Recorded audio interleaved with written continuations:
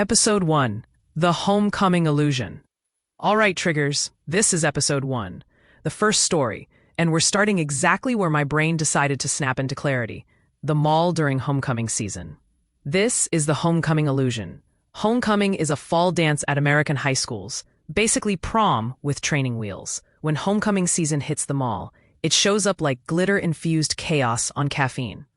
I wasn't supposed to be there that day. I wasn't even in the mood to be in public. I only wanted air conditioning, a chair, and the illusion that sitting in Barnes & Noble with a book made me look peaceful and intellectual. So, I sat there with my iced coffee and a novel I had no intention of reading, pretending I was a functioning adult. Across the walkway, there was full-scale pandemonium.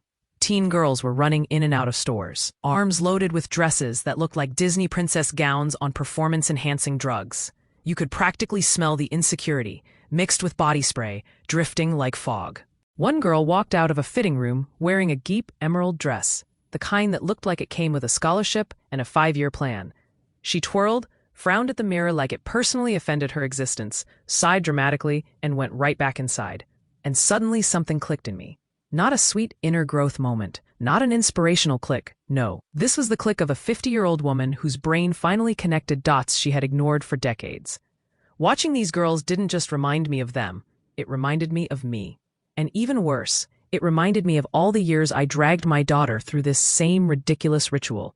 I remembered us hopping from store to store, her holding up dresses like she was selecting avatars, me pretending I understood whatever aesthetic she swore she was channeling. She would twirl and ask how she looked, and I would smile the supportive mother smile and lie through my teeth, telling her she was beautiful even if she looked like she survived a clearance rack battle. But watching these girls now, older and finally paying attention, I saw what I missed back then. These girls weren't choosing dresses, they were choosing identities. Every twirl was a silent question. Do I look lovable? Do I look valid? Will people treat me better in this one?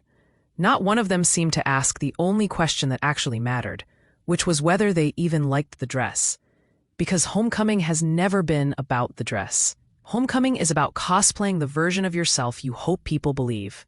The moment that realization hit me, the gaslighting bulb in my soul lit up like the fluorescent lights at Walmart. The harsh kind, the honest kind, the disrespectful kind. This wasn't boyfriend gaslighting or insecure texting drama. This was industrial-strength gaslighting, the kind society teaches before you even know who you are. Wear this and you matter. Buy this and you belong. Shrink yourself and you're acceptable. Sparkle enough and people will finally notice you. When that truth hit me, I didn't cry. I didn't get emotional. I laughed. Out loud, in the middle of Barnes & Noble. Not a polite laugh. Not a cute laugh. A full-on, almost snorted my coffee laugh that sounded like someone finally realizing how ridiculous she has been for half a lifetime. People turned and stared. Teenagers froze mid-twirl.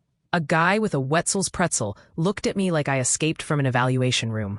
Mothers pulled their daughters closer. One girl actually stepped into her boyfriend like I was contagious. I tried to calm down. I tried to be quiet. But every time another girl stepped out wearing a dress she clearly hated but pretended to love because her friends said, "Yes, queen," I started whisper-heppling to myself. We really gaslit ourselves for years.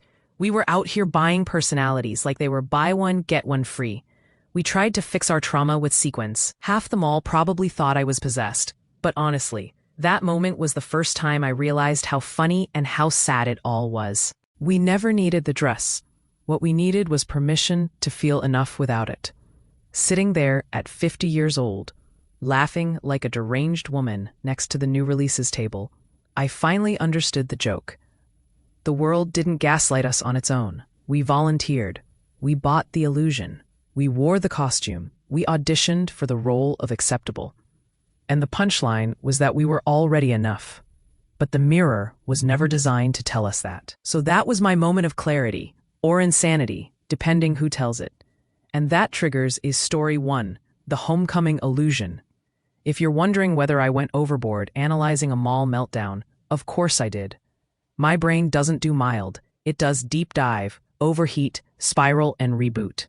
If this story cracked you open, hit subscribe, click like, and leave a comment. Ask a question, share your own homecoming disaster.